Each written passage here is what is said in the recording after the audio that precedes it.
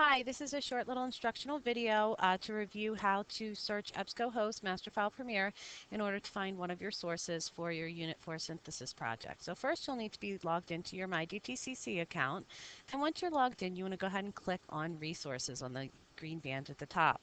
Then you'll scroll down to find Delaware Tech Libraries and you will find EBSCOhost, and you'll go ahead and click that link and it'll open in a new tab. You'll want to go ahead and click EBSCOhost Web. Just as an FYI, you'll want to be on a computer or a tablet for this. The mobile site isn't very good and won't give you full access, so you want to make sure you're at least on a tablet so you can send the articles to yourself. Otherwise, on a laptop or a desktop hooked to a printer, you can go ahead and print your articles out. So we'll go ahead and click EBSCOhost Web, and then we're going to find MasterFILE Premier, which is right here, and I can just click the hot link. Now I come to my search box, and this is going to work like any other type of search box, but the trick is to be specific with your keyword. So think about the keyword brainstorming that we've done in class, and you want to go ahead and link your topic keyword. So we're going to use childhood obesity, and I'm going to link it with one of my areas of interest. So I'm going to do childhood obesity and schools. And so we'll just go ahead and click search. And this is what your search screen looks like, more or less, depending on how large your font size is. And over here, this is where we can limit some of our search results. The first thing we want to do is limit it to full text. So that way we make sure the articles that we do choose to use are going to be the entire article, not just a short summary. Then we want to go ahead and limit our publication date, and you can just type it in there and then hit enter. And that's going to make sure we have our most up-to-date articles. Then I want to select magazine, and I want to select newspapers, and this will filter out so that all the articles that get returned are periodicals. And so now I can start to see that I've limited my results to 65, so it's definitely much more helpful in terms of finding a quality source. Now, when I'm looking at my source results, right away, we need to pay attention to what the clues are. So we have the title, we have the author. This is by Samantha Bartram. We have the name of the original source, Parks and Recreation, the date it was published, September of 2014, the volume and the issue number, and then the pages. And this is, you can see it's a one-page article and it's printed on page 69. Now, if you see the link here that says PDF full text, that is because you will need to click that in order to get a copy of the article. But I can look right here and see the subjects that are covered. And I can see that this is with an interview, probably with someone on some sort of Parks and Recreation committee. And I'm not really sure if that's going to be the best type of source, so I'm just going to skip it for now. The next one, Unhappy Meals. This is 2 pages. It talks about school, children, food, something about law and legislation, something with politics and Congress. Here's another one on healthy food fight. This is a 2-page article, so that might have some better information than an article like this that has some of the same subjects covered, but notice it's only a fifth of a page, so it's not very long at all. Here's one about battle lines drawn on waivers for school lunch rules.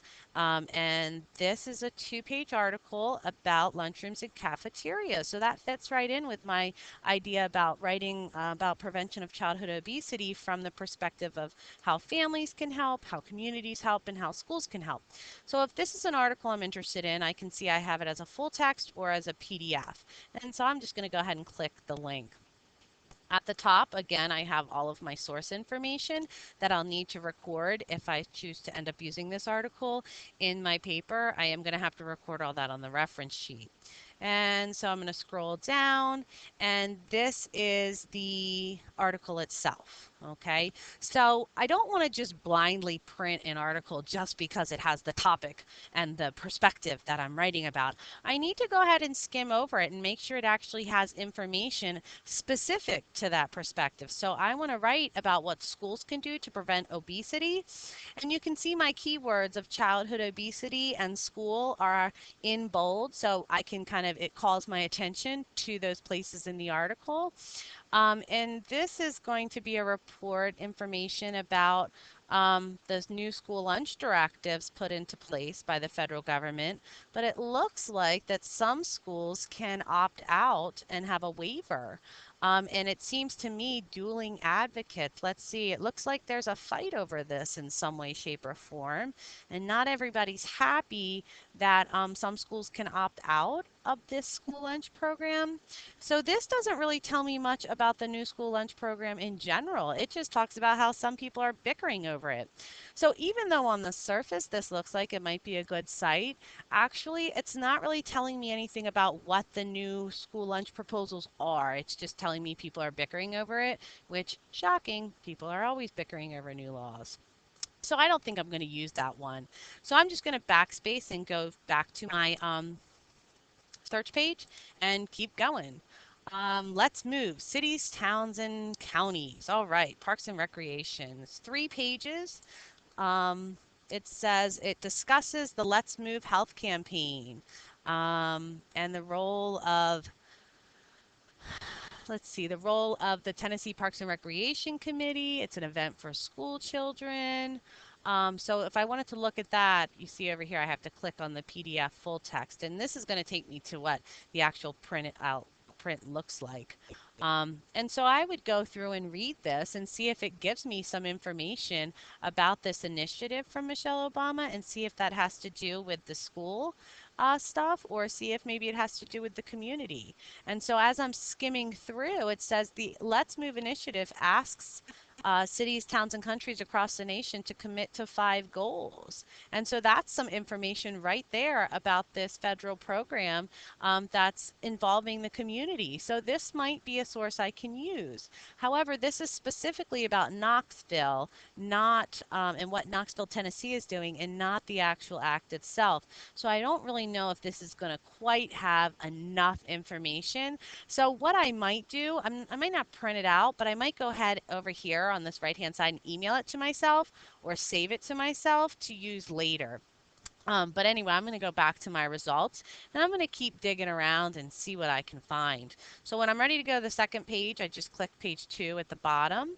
And here's one, it's called Apples Over Cookies. This is a little one-pager, so let's take a quick look at that and see how that is. And this talks about smart snacks in schools. They're going to remove junk food from school vending machine. Here we go. I think this is going to be a great article I can use about schools. And I might need another article about schools. Okay, we'll see. But this looks like it's going to give me information about the new nutritional standards in school. So if I look right here where it says the contents, there we go. Another cool thing about EBSCOhost is I can always click the listen button at the top and I can have it read out loud to me while I follow along. So for those of you who like to hear things read out loud, that's a great option for you. So that might be a good way to go.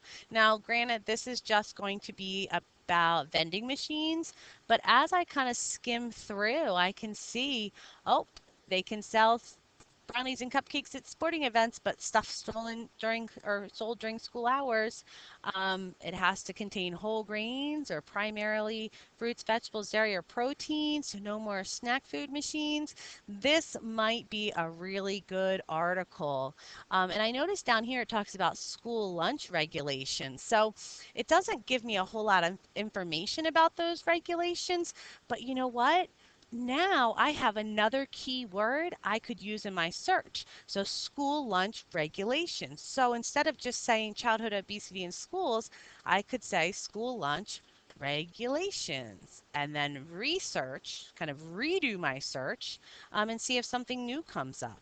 Okay, so this is kind of how you need to use EBSCOhost. A lot of times you can find new keywords in this subject area right here, and of course you can always print them out. Just make sure you go ahead and limit your results to make sure you're getting the types of results that you need. And if you're not sure, go ahead and send it to yourself. Save it so that way you can go back and access it later. And if you, of course, if you have a question, make sure maybe send me an email, give me a phone call, or make sure you ask me next time in class. All right, hope this information helps. Thanks.